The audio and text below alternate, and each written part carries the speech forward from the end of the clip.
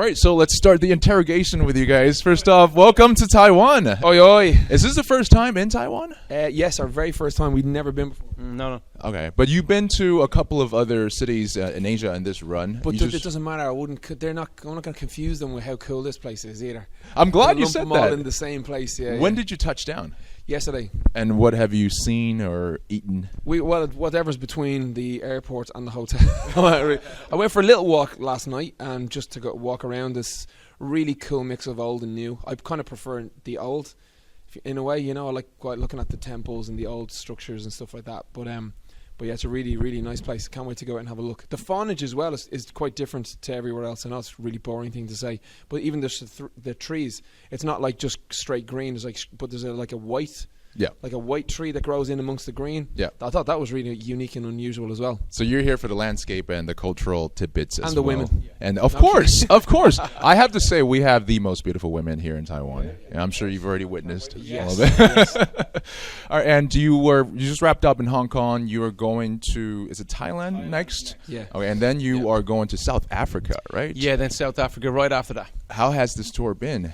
It's been wonderful, man. You know, it's I guess you always have to treat it as a once in a lifetime experience. And for us, every time we roll a tour through town, we're blessed because we get to see all the best of each city that we go to. And I guess, you know, that is it's like the best holiday you've ever gotten because everybody wants you to eat the best food, meet the best people.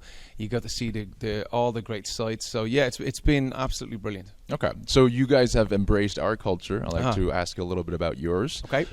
You're Irish, and a lot of great musicians are from your neck of the woods. Yes. You know, the Cranberries, and by the way, right, yeah. God bless Dolores. And also you have Hozier, you know, some of the young generation of musicians from that part. Yeah, exactly. So why is it that there are so many great musicians from Ireland? What is it about the culture? Or? We're kind of lazy and none of us want to get proper jobs. Oh, can I get that on the mic? No, you're better off not having that on the mic. Let's not have that.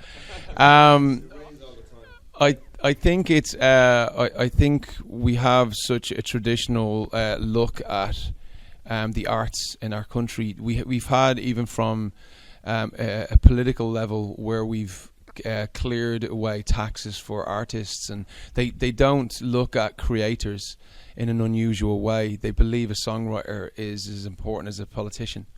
And on our passports, it's quite important as well. Most people have shields or some kind of emblem on our passport. We've got a musical instrument. We've got a harp.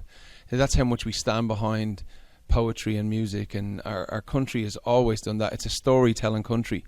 So for forever, it's always been about telling stories to music, or it's always been about talking about your feelings to music.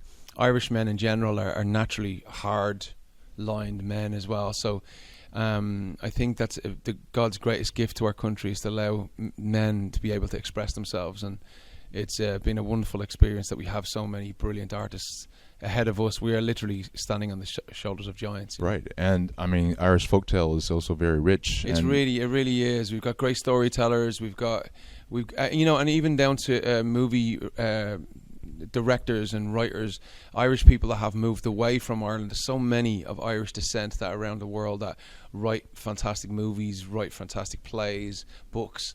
It's really is a fertile ground for arts. Dracula is an Irish it's creation, an right? Bram Stoker written in Dublin, yeah. Is an Irish, once an Irish, always Yes. Irish. How about Glenn? What do you think on that topic? I think what Marcus said is true. I think we're just blessed. I think genetically we're predisposed to musical creation, to poetry, you know, to singing. Some of the most amazing talent has come out of Ireland, which is a really great thing to. I know. Which is a great thing to be a part of, you know. And I suppose when we travel out in the world, we really feel lucky that has already gone ahead of us. We almost feel like ambassadors in a way for that, and I think it's almost as important how you carry yourself as a musician as well, and that you're nice to people and you leave a good taste in people's mouth when you visit a country, not just musically, but how you are as people. I think as well as musically talented as Ireland is, people are also nice to people. Irish people are inherently nice people when they travel the world, and they leave a really good impression upon people. So we try to do that everywhere we go. But, Yeah, I'm getting that vibe already. You guys seem like a fun lot to hang around with. Yeah. I grew up in Vancouver, so we have a lot of Irish friends. Oh, well, there there you and go. It's Then always you know. fun hanging out with them. You know what I'm talking about. Yeah, exactly. Yeah. Have you guys performed there just recently, right? Well, we did. Yeah. I've been there loads. So I'm more thinking about the times I've visited there and just gotten out of my face. Next time you go back, there's a bar downtown called the Doolins. Irish bar, you have to I'm absolutely. sure Yeah, if you we've got to been, check it out. if I'm we've sure been you there, we've have. probably Yeah, been it's the there, only one. Question for Danny. This is Yeah. essentially your first world tour since your throat surgeries. Yeah. Right? How has it been? Have you had to adjust your performance? Not really. The first few gigs were like a little bit tender, as in like, ooh, I'm just really kind of trying to keep everything so it's manageable. So there's things we do before where we'd have interviews all day during show day and maybe go off and do a radio performance and do all these kind of crazy things because you're only in town for one day. So we had to kind of knock all of that on the head just to make sure that the actual show, because even though we sing all the time, you're still doing it's a 2 hour nearly a 2 hour performance with warm up psychologically and then coming off stage and all the kind of stuff you do. It's about a 2 hour intense vocal performance of talking, singing, high notes, falsettos, belting. It's a real, it's a tough ask. So for the first while we just kept the shows the way they were, and then now we've started to add in stuff during the day. Now I can competently do the shows. We started to add in stuff during the day now and started kind of load it on a little bit more. It's like weightlifting, just add in a little bit more. Okay. Not a lot, a little bit more. So But now I'm- that you're taking interviews from us, that well, I'm means not that smoking you're anymore. I'm not, drink very, very, let's say rarely, but like Oh, no. nowhere near as much as I used to. Yes, because I'm a lot healthier. I make up for it in other ways though. There's a lot more for us. Yeah, now. exactly.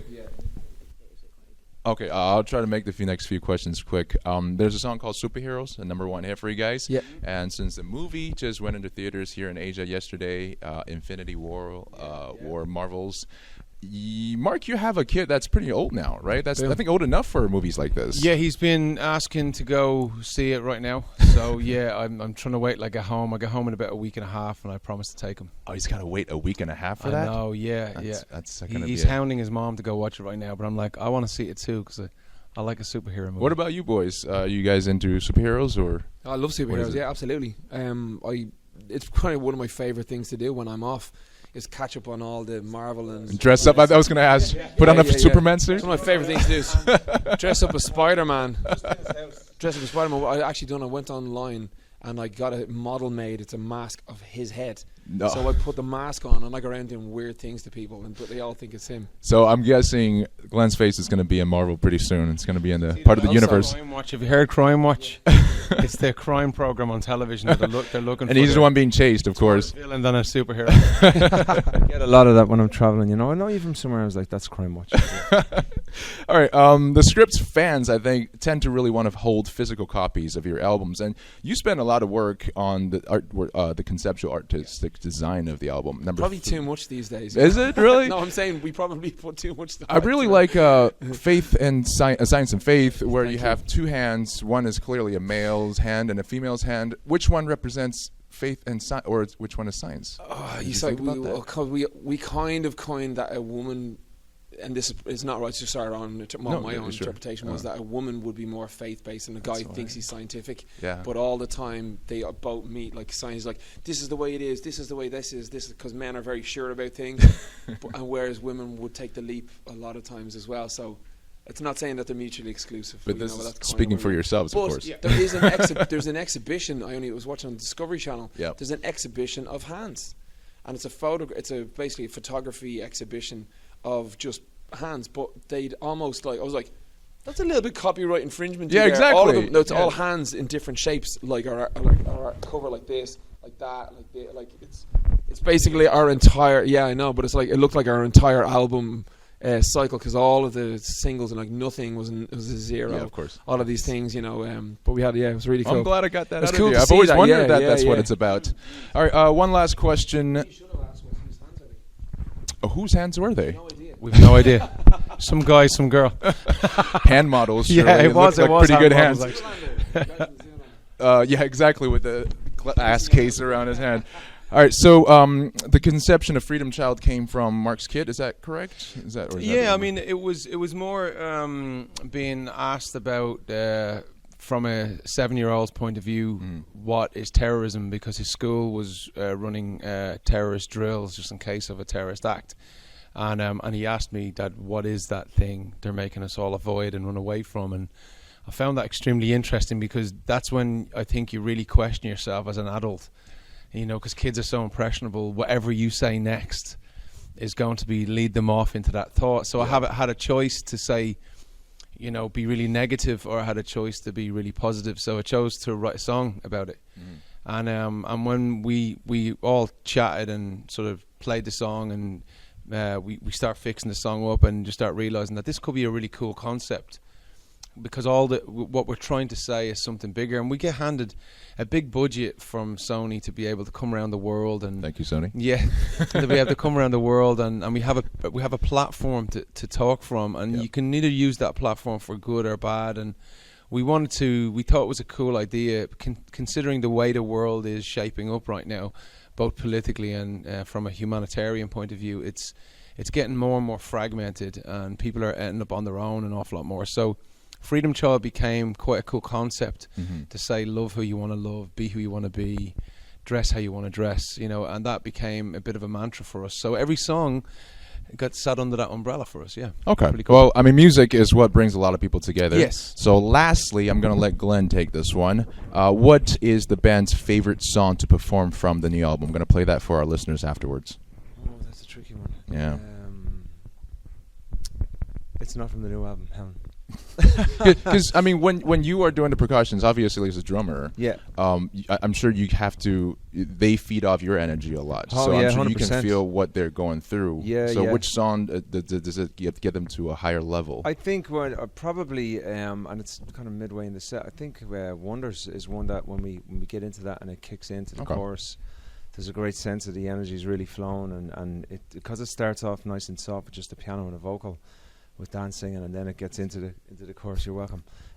When it gets in there, and when it really kicks into the song, it gives the crowd a chance to start to move. You know what I mean, and get ready for. It's kind of midway, so it gives them a chance to get ready for the rest of the show and where we're trying to take them on the journey. Yeah. And the song's got a great message. So I think that one, but for me personally, playing live, probably Break Even. Because it's a song that everybody's waiting for, and by the time we get to it, they're probably thinking, are they going to play it or not? Oh, are we talking about encore already? Is that giving away the encore? yeah, I know. But as a drummer, to play that, it's just quite intricate, and it's got a great groove. Yeah. And to sing and play that is really, it's always a challenge every time I get to it. It's always fresh. It's never got old in 10 years. You know what I mean? Playing that song, so it's really cool. All right, there you go. We're going to play a cut from this new album, Freedom Child. And today, big thanks to Glenn, Danny, and Mark for taking the interview. Appreciate it. Danny. Thank you, brother. All right, thank you very much.